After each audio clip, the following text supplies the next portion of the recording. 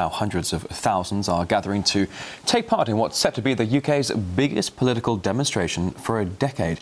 Mass protests are planned across the British capital to oppose the government's £80 billion spending cuts. The austerity measures are part of a Treasury initiative to eliminate the country's huge budget deficit in just 4 years. Let's cross live now to RT correspondent Laura Emmett, who's live for us in London. Hello to you, Laura. We're hearing from one UK newspaper reports of up to 300,000 demonstrators turning up throughout the day. How are things developing in London? What's the turnout looking like at this point?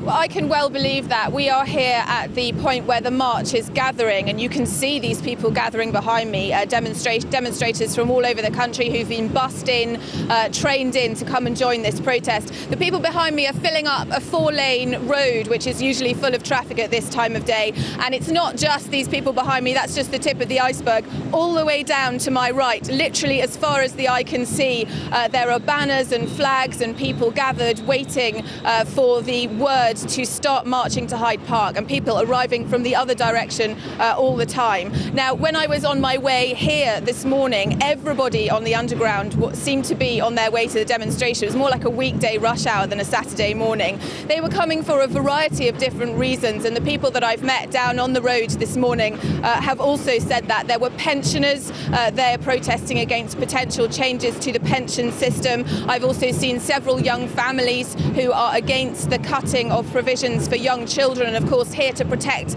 the future education of their children. I've also seen police. There'll be 4,500 police in control of this demonstration today, but there are also police taking part in the march, demonstrating themselves against cuts to the police service. And of course there is the Stop the War Coalition, CND, a big anti-war presence here. And to talk more about that, I'm joined by John Rees from the Stop the War Coalition. Mr. Rees, thank you very much for talking to us today. Now tell me, what's your part that you're playing here today?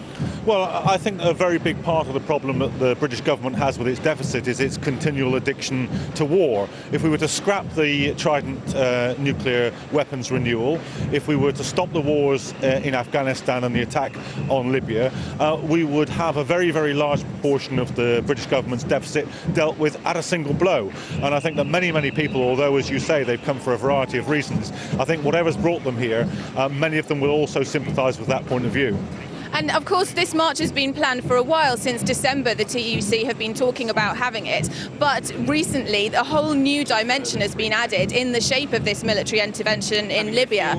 What's your take on that? Well, we were told that in the very first night of the attack on Libya, over 100 cruise missiles were fired. Those cruise missiles are $100 million worth of resources blown up with every single weapon. Now, that doesn't take a large amount of imagination for people here to calculate how many places at universities that would mean, how many libraries that would mean, how many hospitals that would mean. So I think it's very, very graphically brought home to people here.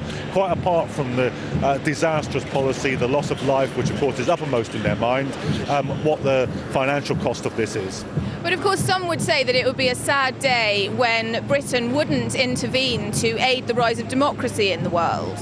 That would be a sad day, but it's not this day, because I think the intervention in Libya is not meant to assist democracy. It's meant to give the Western powers a foothold in the very fast-moving Arab revolutions. They back the dictators for decade after decade, and now that those dictators are being removed, Western foreign policy is in a mess, and they want to get back in this game, and that's what the intervention in Libya is about. And now that Britain's involved, and some would say leading the charge into Libya, what are you calling on them to do? Stop it now. We don't want Western intervention in the Arab revolutions. The revolutions have proved one thing beyond any reasonable doubt, and that is that the Arab people are more than capable of dealing with the dictators in their own manner. And I think that this has to be our view. Of course, we want solidarity from ordinary people, from organisations like Stop the War and CND and other civil society bodies. We don't want to leave them to fight on their own. But our government and the arms manufacturers that they represent and the oil companies that do the deals, they don't really have the same interest in assisting the people of the Arab world. Realistically, what difference do you think this is going to make? I mean, ahead of the intervention in Iraq, the invasion of Iraq, we saw a huge march here in London, which appeared to make no difference whatsoever. Well, I think the government has been weakened by 10 years where consistently the mass of people in this country have been opposed to the war. The majority were opposed to the Afghan war, are still opposed to the Afghan war, were opposed to the Iraq war, and opinion polls show that they're opposed to this. And I think you can see by the nervousness with which the government's approached this, by how careful they've been to try and construct a coalition which is now falling apart, that they are vulnerable.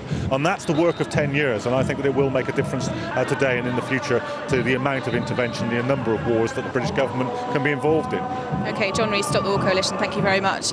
Now, I'll be here all day following this march. Shortly, these people are going to start marching down to Hyde Park, where they're going to have a rally that's going to last for most of the afternoon. I'll be down there with them to see what kind of a difference they think they're going to make to government policy, both on the cuts and on the military intervention in Libya.